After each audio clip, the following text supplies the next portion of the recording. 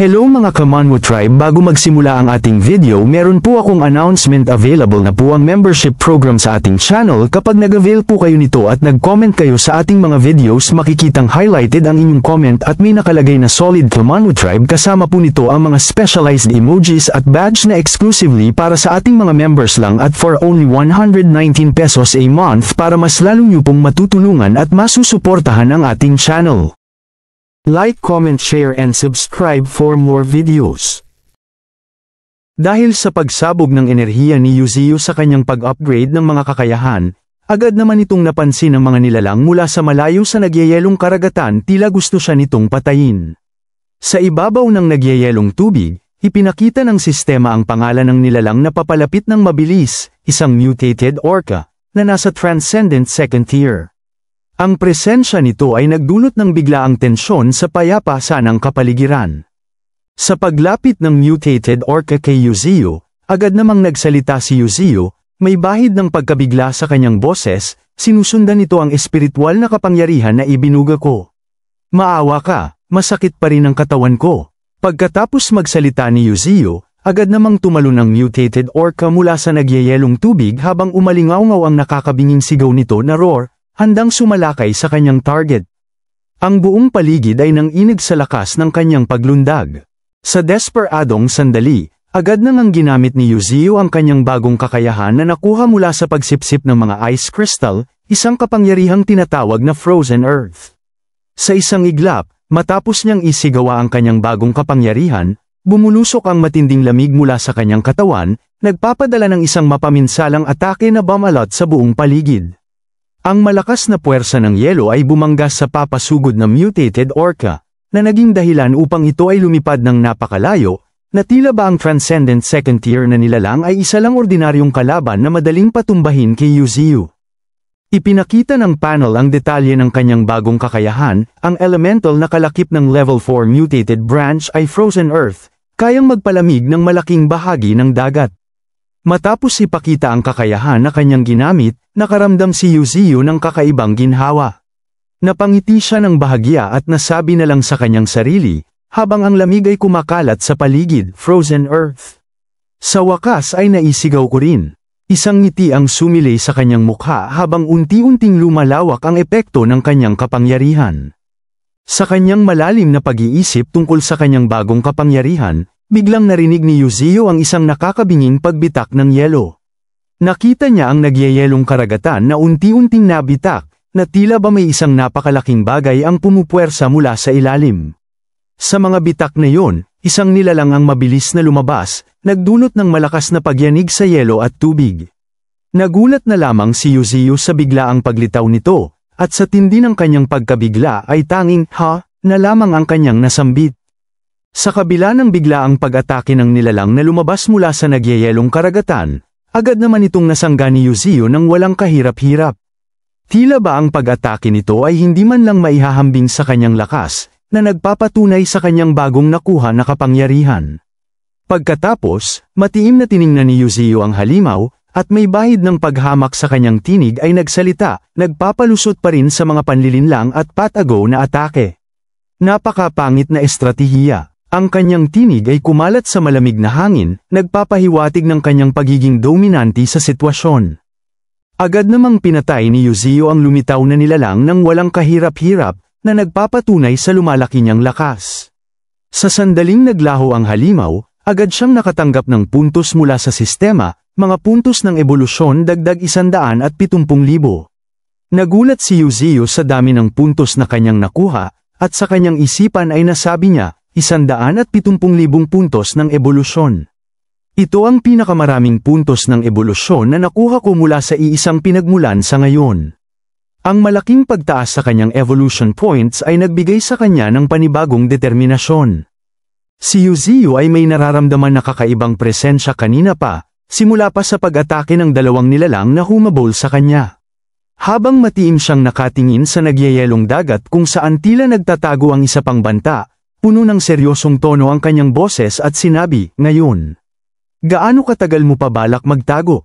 Ang kanyang matalim na tingin ay tila tumatagos sa ilalim ng yelo, direktang kinakausap ang nilalang na nananatiling nakakubli, na nagpapakita ng kanyang kahandaan sa anumang susunod na banta. Sa pagsambit ni Yuzio ng kanyang mga kataga, agad namang sumabog ang nagyayelong ibabaw ng dagat, at mula sa kailaliman nito ay biglang lumitaw ang isang napakalaking kamay ng isang pugita. Ang kamay na ito ay ilang ulit ang laki kumpara sa katawan ni Yuzio, at ang bawat galami nito ay tila nagbabadya ng panganib. Sa biglaang paglitaw ng higanteng nilalang, labis na nagulat si Yuzio sa kanyang nasaksihan, at ang kanyang mga mata ay nanlaki sa hindi inaasahang banta. Ipinakita ang napakalaking nilalang na lumabas mula sa kailaliman, ang King Octopus, isang transcendent third tier na halimaw na may malalaking, nagliliwanag na mga mata. Matiim itong nakatitig kay Yuzio, at sa bawat kislap ng dilaw na liwanag mula sa mga mata nito ay tila ba minamaliit ang kanyang kalaban, nagpapakita ng isang nakakatakot na pagmamayabang. Ang bawat galaw ng King Octopus ay nagbabadya ng mapanganib na lakas, handa para sa susunod na yugto ng labanan mula sa halimaw sa kailaliman ng karagatan. Paglabas ng King Octopus, agad namang umalingaw-ngaw ang napakalakas nitong sigaw, isang nakakabinging dagendong na tila umabot sa napakalayong dako ng mundo. Sa sobrang lakas ng sigaw nito, maging ang mga kalapit na lugar ay maririnig ito, nagdulot ng pagyanig sa lupa at pagkabigla sa anumang nilalang na nakarinig. Matapos ang nakakatakot na dagendong, matapang na napasabi si Yuzio, habang nakatitig sa King Octopus, ito ang una kong beses na makipaglaban sa isang overlord ng karagatan. Tingnan natin kung ang mga nilalang dagat o mga nilalang lupa ang mas superior. Ang kanyang boses ay puno ng determinasyon, handang harapin ang makapangyarihang kalaban. Sa kabila ng malawak na lupain, ipinakita ang Luo Kingdom, isang kaharian na nababalutan ng nyebe at lamig. Sa kabila ng kalayuan, ang nakakabinging sigaw ng King Octopus ay umalingaw-ngaw, nagdulot ng matinding pag-aatubili at takot sa mga residente. Agad na nagsimulang magtanong ang mga tao sa gitna ng kaguluhan, anong nangyayari?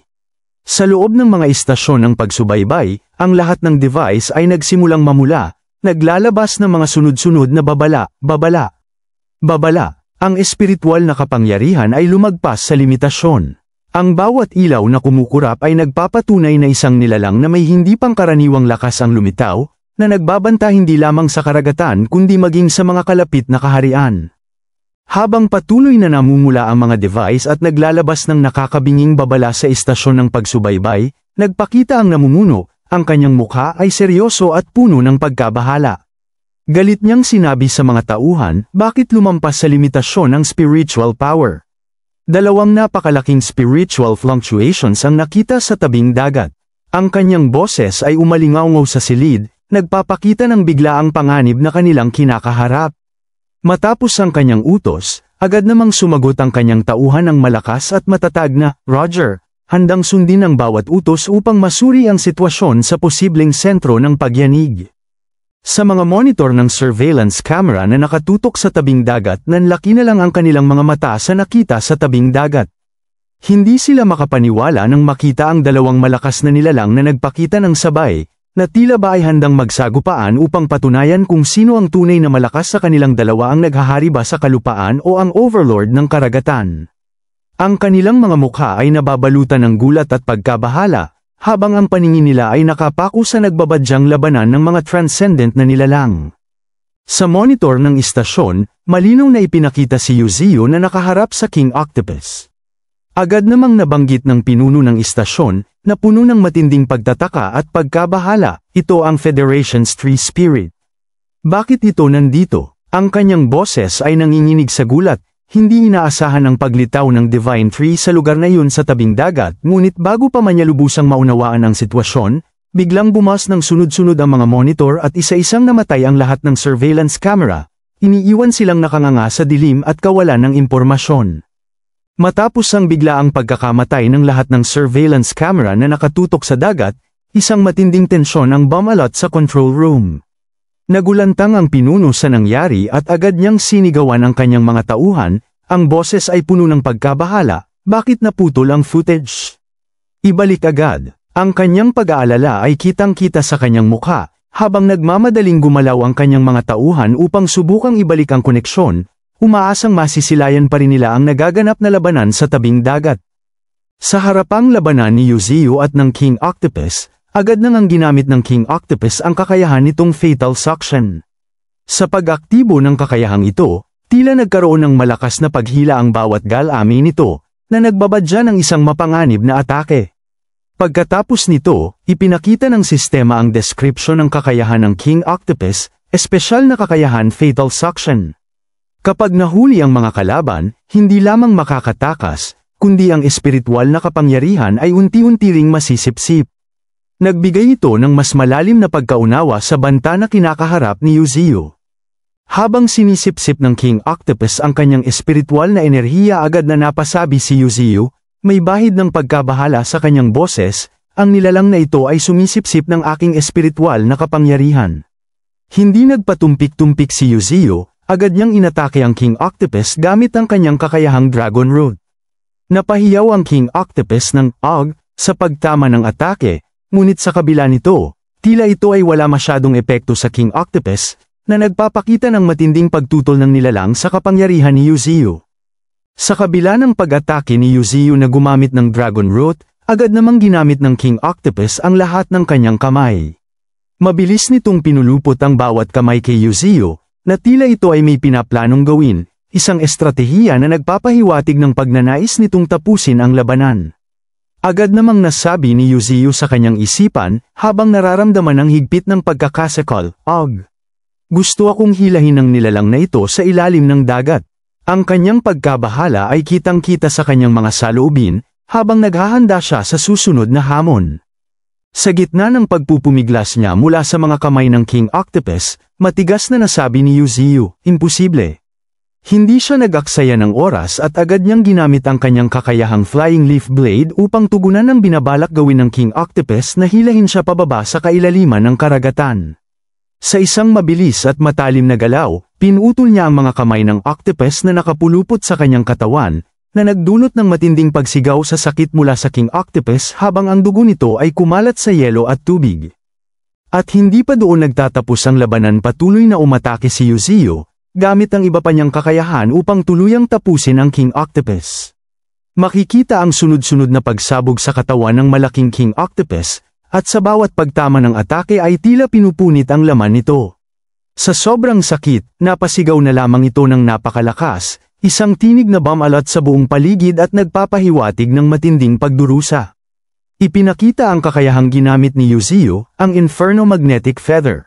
Agad na lumitaw ang napakaraming nagliliyab na bilog sa kalangitan, na tila ba mga bituin sa kalangitan na nagbabanta ng kapahamakan. Ang bawat pagtama ng mga Inferno Magnetic Feather ay nagpapakita ng labis na panghihina ng King Octopus sa bawat pagtama nito, na para bang isang bulalakaw na bumabagsak, sa kalangitan unti-unting nawawala ng lakas at buhay sa gitna ng yelo at dagat. At agad nang pinakawalan ni Yuzio ang kanyang kakayahan na Inferno Magnetic Feather mula sa kalangitan. Ang mga nagliliyab na balahibo, na tila mga kometa, ay bumulusok ng mabilis patungo sa naghihingalong King Octopus. Bawat isa ay may dalang matinding init at puwersa na handang bumuutes sa katawan ng halimaw. Sa pagbagsak ng mga ito, matapang na sinabi ni Yuzio ang mga salitang "Palm", na tila nagpapalam sa King Octopus, habang tuluyang tinatapos ang makapangyarihang nilalang na lumabas mula sa kailaliman ng dagat. Sa pagtama ng mga Inferno Magnetic Feather sa King Octopus, nanlaki na lang ang mga mata nito sa matinding sakit at napasigaw ng ubod lakas sa bawat pagtama, na tila ba ang buong karagatan ay nayayanig. Ngunit sa kabila ng brutal na atake, hindi pa rin tuluyang namatay ang King Octopus, bagkus ay tila pa itong nagtatangkang tumakas mula sa labanan, na nagpapahiwatig na batid nitong hindi na siya mananalo kay Yuzio. Ang pagnanais nitong makalayo ay nagpapakita ng kabiguan ng isang overlord. Sa paglayo ng King Octopus at pagtatangka nitong tumakas mula sa matinding atake ni Yuzio, agad namang makikita si Yuzio na ginamit muli ang kanyang kakayahang crystallization upang pagyelong muli ang karagatan at tuluyang harangan ang pagtakas ng halimaw. Ang yelo ay mabilis na kumalat, bumabalot sa tubig at humahadlang sa anumang posibleng ruta ng pagtakas ng King Octopus. Sa kanyang pagpupursigi, at may matinding determinasyon sa kanyang tinig, kanyang sinabi, "Huwag ka nang magbalak na tumakas." Sa pagyeyelo ng karagatan na gawa ng crystallization ni Yuzio, agad naman itong pinulupot ang mga ugat niya sa King Octopus gamit ang kanyang Dragon Root.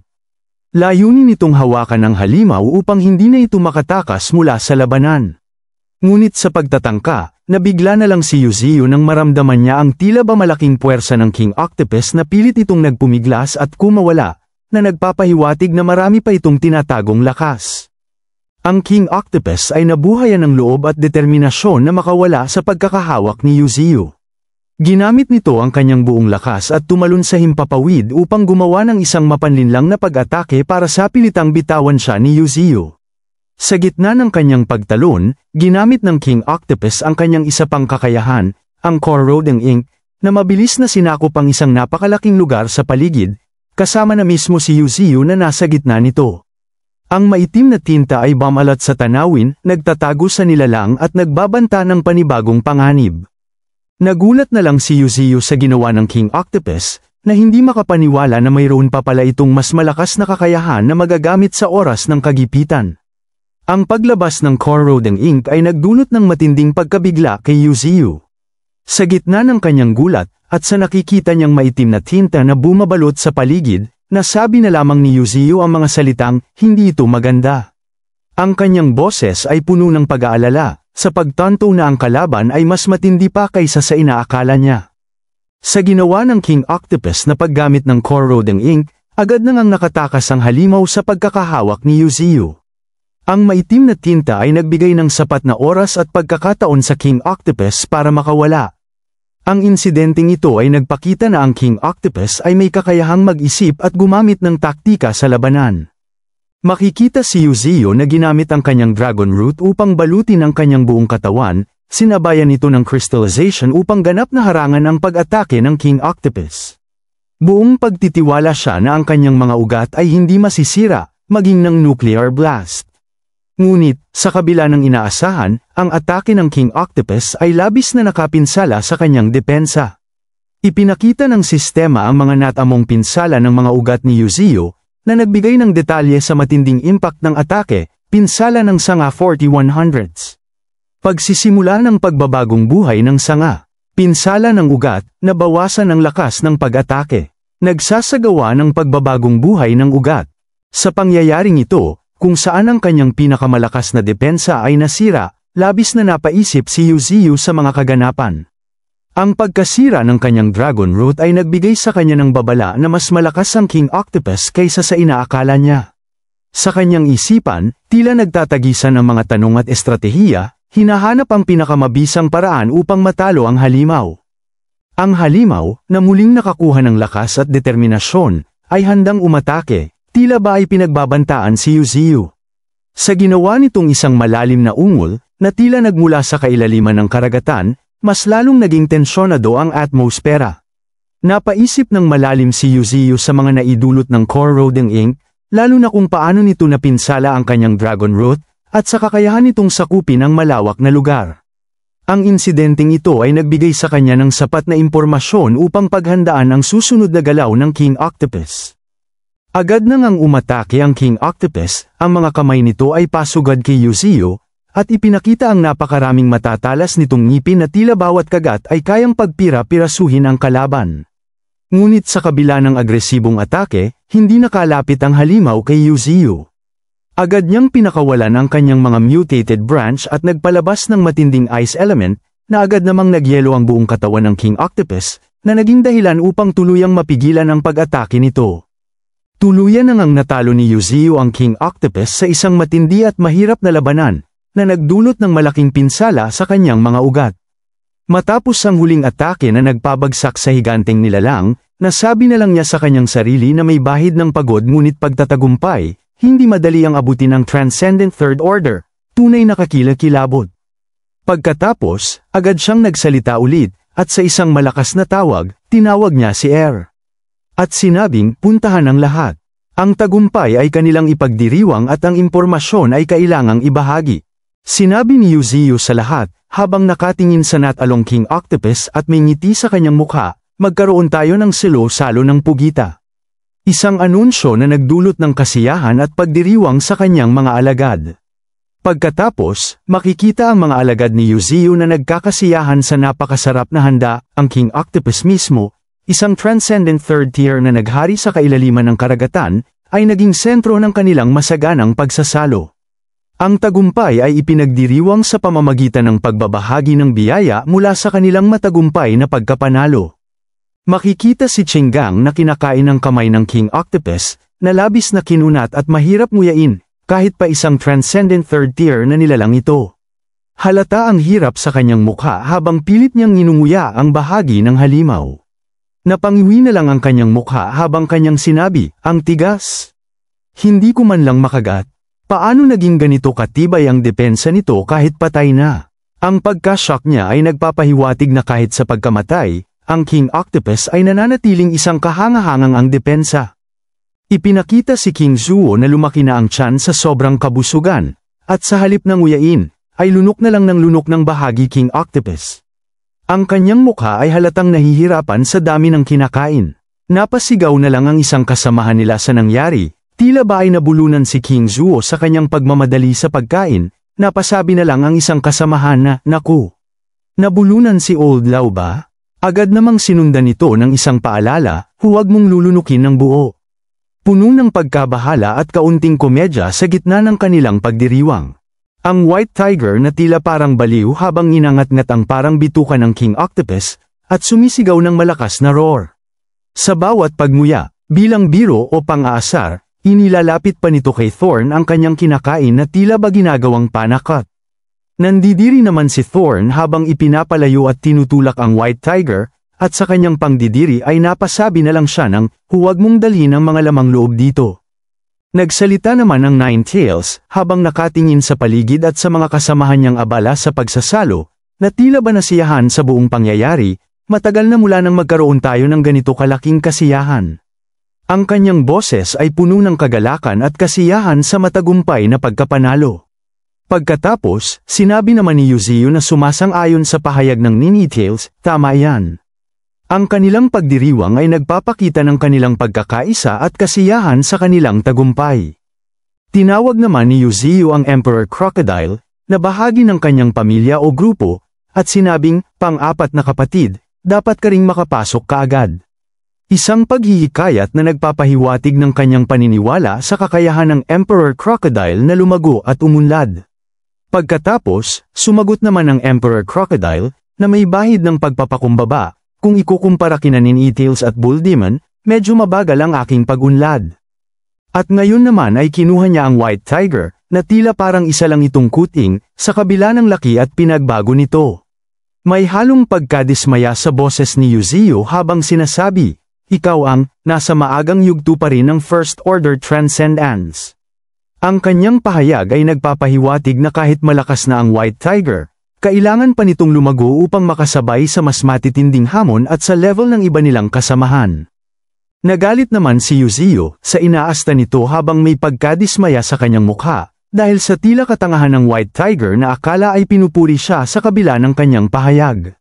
Sa inis, sinabi ni Yuzio sa White Tiger na may bahid ng pagkadismaya at pagtutuwid, sinabi ko sa iyo na huwag masyadong mapaglaro. Hindi kita pinupuri. Ang pagkadismaya niya ay nagpapakita ng pagnanais niyang seryosohin ng White Tiger ang kanilang mga usapan at ang kanilang pag-unlad. Habang nakatayo at nakaharap si Thorn sa napakalaking labi ng King Octopus, humanga na lang siya sa labis na lakas ni Yuzio, na nagawang talunin ng Transcendent Third Tier na nilalang. Sa kanyang isipan, tila nagmumuni-muni siya sa kapangyarihan ng kanyang master at nasabi, ang lakas ng master ay tunay na kakila-kilabot. Nagpatuloy ang kanyang malalim na pag-iisip, marahil balang araw, ang kanyang kapangyarihan ay lalago ng sapat upang suportahan ang buong mundo. Ang paghanga at paniniwala ni Thorn ay nagpapakita ng kanyang lubos na paggalang sa kakayahan ni Yuzio. Sa gitna ng kasiyahan, biglang nagsalita si Chingang, na may bahid ng pagtataka sa kanyang mukha, hindi mo ba nararamdaman na may nawawala? Agad naman siyang sinagot ng daga, na tila nagtatanong kung si Leng Feng ba ang tinutukoy, hindi siya. Ngunit bago pa man matapos ang pag-uusap, sumulpot naman ang isang hedgehog sa kanilang likuran at sinabing, ako ito. Laking gulat ni Chingang at sinabi, ikaw pala, bata. At sinabi naman ng daga sa kanyang sariling wika, squig. Habang ang lahat ay nagkakasiyahan at nagdiriwang sa kanilang tagumpay, ang White Crane ay nanatili sa ilalim ng mga ugat ni Yuzio, Na tila ay ito ang hinahanap nila Qinggang pero agad din nakalimutan na parang hindi napapansin ng lahat at tila ba isang anino lamang sa dilim na hindi nakikita. Makikita ang white crane na umiiyak habang nanginginig pa. Tila di naramdam ang mga sinabi ni Yuziyu sa kanya sa nakaraan na ang akala ni Yuziyu na ang white tiger lang foolish at sinabing siya din pala dito ay labis na saktan ang white crane hindi pareho ng white tiger na immune na sa labis-labis na katangahan nito na kahit anong sabihin masakit na inaakala pa na siya ay pinupuri.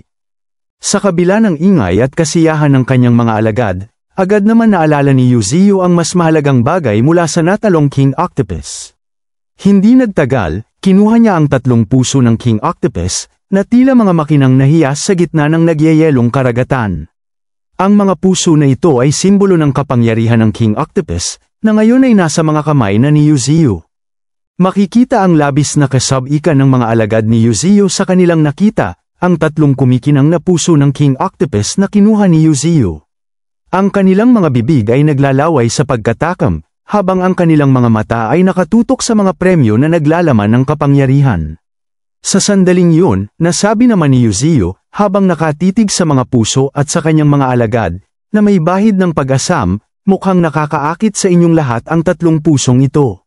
Isang pahayag na nagpapahiwatig ng kanilang susunod na hakbang sa pagpapalakas ng kanilang mga sarili.